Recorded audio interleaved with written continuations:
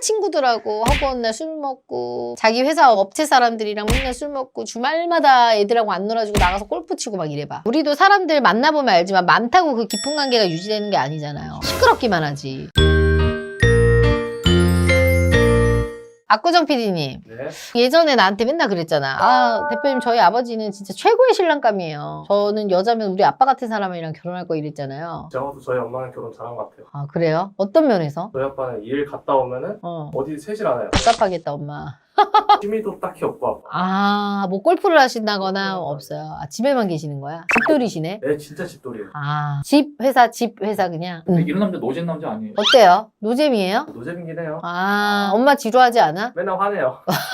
왜 화를 내요? 그냥 말을 안 하고 답답해가지고. 아, 말이 없구나, 아버지가. 결혼 잘한 거라면서. 피디님이 생각했을 때 정말 괜찮은 신랑감이 어떤 사람인 것 같아요? 재밌어야 돼? 유머 있어야 돼? 경제력 있는 남자. 경제력? 뭐 그런 것도 물론 중요하지만 제가 봤을 때 이렇게 살아보니까 남자가 그렇게 재미가 없어도 저렇게 압구정 PD님 아버님처럼 노잼인데도 그냥 성실한 사람 있죠. 그런 남자들이 결혼하기가 내가 봤을 때는 정말 좋아요. 한마디로 데리고 살기 정말 편안한 남자들입니다. 제가 알기로 여자들은 재밌는 남자 좋아한다고 하는데 그렇지. 그러면은 선호하지 않을 것 같아요. 물론 재밌으면서 성실하면 더 좋겠지만 두 가지 같이 가져갈 수 없다면 저는 오히려 그냥 이렇게 집 회사만 왔다 갔다 하는 남자가 괜찮은 것 같거든요. 그래서 오늘은 연애 시장에서는 노잼이지만 결혼 시장에서는 정말 최고의 신랑감인 남자 특징 3가지에 대해서 한번 이야기해 보겠습니다. 첫 번째입니다. 내향적인 성격. 내성적인 거는 되게 좀 소심하고 움츠러들고 약간 이런 거잖아요. 근데 내향적인 건 자기만의 시간을 좀 즐기고 예를 들면 이렇게 독서 좋아하고 이런 남자들 어때요? 너무 괜찮지 않냐? 게임 좋아하는 것보단 낫잖아. 자기개발 제대로 하고. 그래서 내향적인 남자들이 결혼하기에는 굉장히 괜찮습니다. 왜냐면 이런 사람들의 특징은 만나는 사람들만 만나. 그리고 본인처럼 비슷비슷한 사람하고만 만나. 그리고 만나서 술을 먹거나 음주를 즐기거나 가물을 즐기거나 막 이렇지 않아요. 그냥 만나서 같이 책 읽고 커피숍 가서 커피 마시고 헤어지고 뭐 잠깐 친구들 봐도 2-3시간 정도 딱 만나고 헤어지고 주말에는 각자 다 집에서 아이들 보고. 그래서 보통 이런 남자들이요 성향 자체가 이러기 때문에 가정에 충실한 사람입니다. 아버지가 이러지 않아요? 네, 가정에 충실한. 가정에 충실한 사람. 가정적인 남자가 되게 인기 많다고 들었는데. 맞아. 근데 예를 들어 남자가 되게 외향적이야. 막 재밌어. 너무 재밌는데 맨날 친구들하고 허구한 날 술 먹고 자기 회사 업체 사람들이랑 맨날 술 먹고 주말마다 애들하고 안 놀아주고 나가서 골프 치고 막 이래봐. 아내가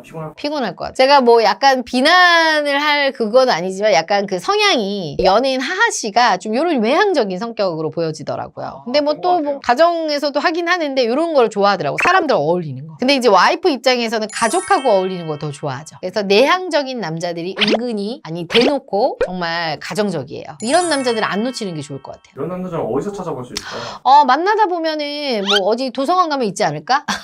도서관에 가거나 뭐 이렇게 동호회 같은 데 가도 독서 모임 같은 데 가면 그런 남자들 있잖아. 이런 남자들은 사실 좀 이렇게 캐스팅하기가 힘들어요. 왜냐면 집에만 있잖아. 얼굴을 안 내비쳐. 그러니까 이제 이거는 스스로 찾는 것밖에 없죠.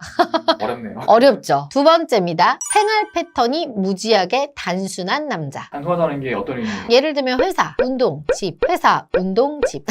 뭘 그렇게 사는 거예요? 365일. 회사 생활도 열심히 하면서 운동도 열심히 하면서 집에 가서 또 쉬기도 하고 이게 왜 인기가 있는 거예요? 어디로 셀 틈이 없잖아. 그럼 오히려 아내들이 더 힘들지 않을까요? 힘들지 않아. 왜냐면 예를 들어서 결혼을 해서 아이를 낳았어요. 근데 같이 맞벌이 하다 보면 남편의 모든 생활 패턴을 다 눈에 깨고 있잖아. 근데 어디로 튈지 모르는 남편을 만나다 보면 이 사람 또 어디 갔지? 계속 찾게 되거든요. 거기에서 오는 스트레스가 엄청나다고 하더라고요. 그래서 이 사람이 그냥 생활 패턴이 이런 사람은 그냥 이 생활대로 그냥 쭉 살아왔던 거야. 습관이잖아, 습관. 이게 뭐 하루 이틀에 만들어지는 게 아니거든요. 하라 그래도 답답해서 우리 같은 사람들은 못 하잖아요. 6시 퇴근, 뭐 6시 반부터 7시 반까지 운동. 딱딱딱 정해진 규칙대로 생활하는 사람. 그렇기 때문에 결혼 생활도 규칙적으로 하겠죠. 관리도 잘하고 외도할 위험도 낮고. 하지만 이제 여기서 좀 이제 사람 속은 모르는 거니까 운동하러 간다 그랬다 어디 갈 수도 있는 거니까. 그거는 이제 자기의 복이죠, 뭐.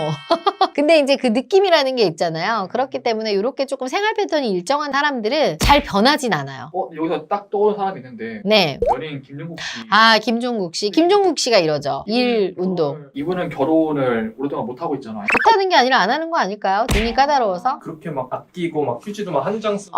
그러니까. 우리가 봤을 때는 굉장히 멋있는 남자일 수 있지만 또 여자가 봤을 때는 숨 막힐 수도 있어. 그 딱 매력은 있진 않지만 연예인으로서 매력이 있을 것 같아. 근데 남자로서는 재미는 없을 것 같은데 생활 패턴은 또 일정하잖아요. 그러니까 결혼하기는 괜찮을 것 같아요. 무난할 것 같아요. 모나지 않고. 세 번째입니다. 본인들과 비슷한 친구를 만나는 남자. 그게 왜 인기는 예를 들어 주변에 다양한 사람이 있으면 좋기는 하지만 우리 남편은 너무 소심한데 뭐 정말 잘 노는 친구가 있어. 그런 친구들 옆에 있다 보면 자연스럽게 물이 들 수 있단 말이지. 근데 아예 그냥 그런 문화 자체도 모르는 친구들하고 있다 보면 그 물이라는 게 되게 더 떠오르는 친구였는데 어. 그분도 되게 내성적인 사람이었는데 물드는 거야. 똑같잖아. 우리가 어렸을 때 어때 엄마들이? 불량 친구들하고 놀면? 놀지 마 이러잖아요. 특히 우리 압구정은 더 심했을 것 같아. 그래서 지금 그 어렸을 때 친구가 쭉 이어지고 비슷비슷하게 그냥 고만고만 생활하잖아요. 우리들도. 그런 거지. 그러니까 비슷비슷한 성향들끼리 모이는 끼리끼리라는 말이 괜히 있는 게 아니거든요. 왜 그런 거죠? 도박하는 친구 옆에 있으면 어찌됐건 한 번이라도 더 안 할 수는 없고 하게 될 수도 있잖아. 돈 따면 나도 한번 따 그렇지. 사람이라는 게 물드는 거거든. 환경이 지배받거든요. 그래서 그냥 그런 소무리들 있죠.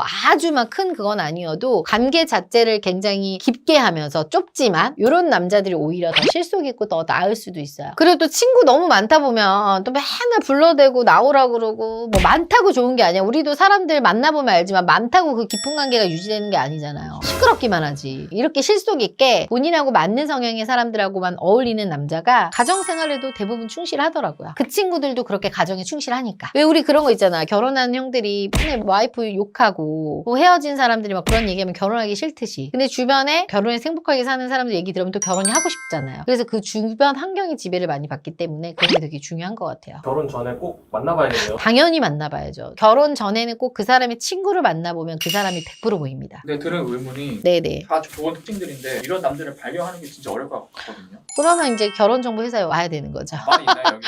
많이 있죠. 우리는 회원이 많은데요. 밖에서 찾아보시다 안 되면 무조건 연락 주세요. 깨알같이 자기 어필을 그 중에서 네네. 남편은 포함되시는 게 있나요? 약간 가정적인 거? 그리고 일상이 비슷해요. 그리고 이제 남편도 회사 끝나고 뭐 운동하고 그러고 이제 오니까 회사 운동. 제가 다 알고 있으니까. 그래서 이런 물인 것 같아요. 그리고 친구들도 그렇게 많지 않고 그냥 어느 정도 제가 다 알고 있는 라인. 그래서 그 친구 만나러 간다 그러면 오케이. 저도 만났던 친구니까. 최고의 신랑감이네요. 그거는 모르겠어요.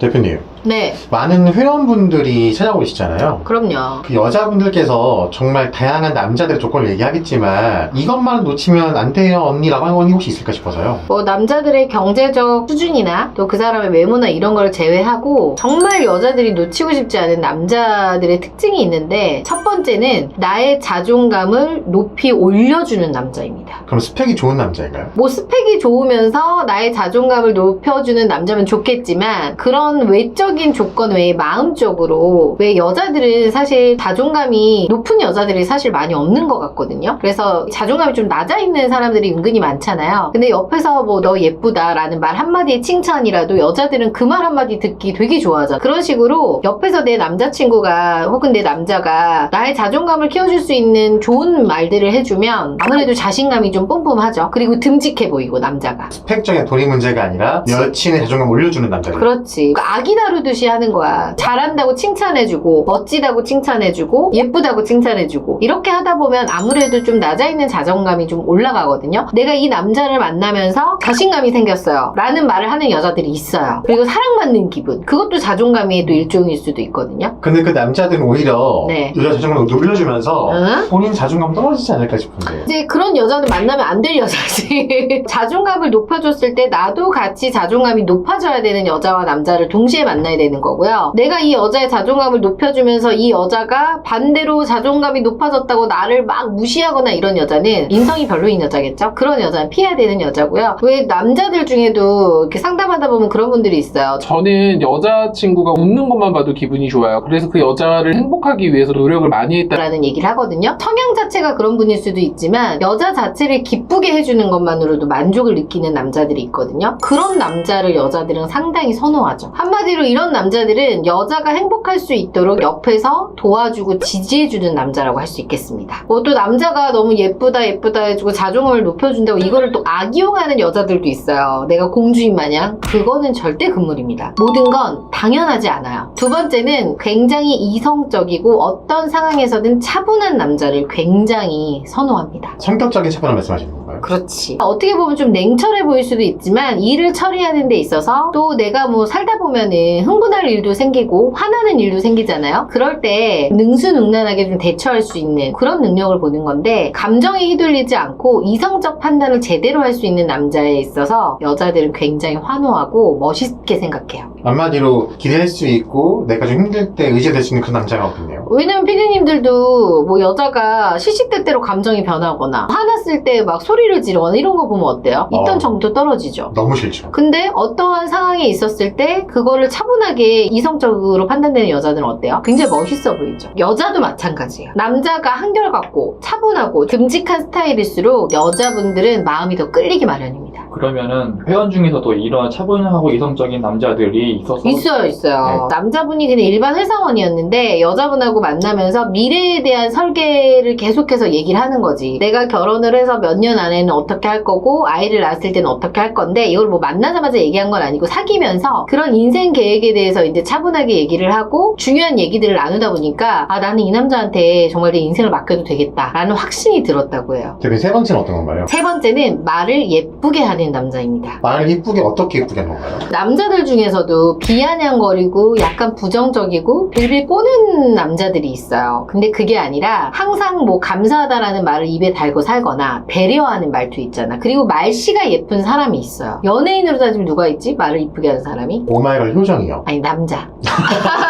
옛날에 에릭남이 약간 이런 걸로 썼었죠. 에릭남? 옛날에 예. 에릭남이 누구야? 미안해.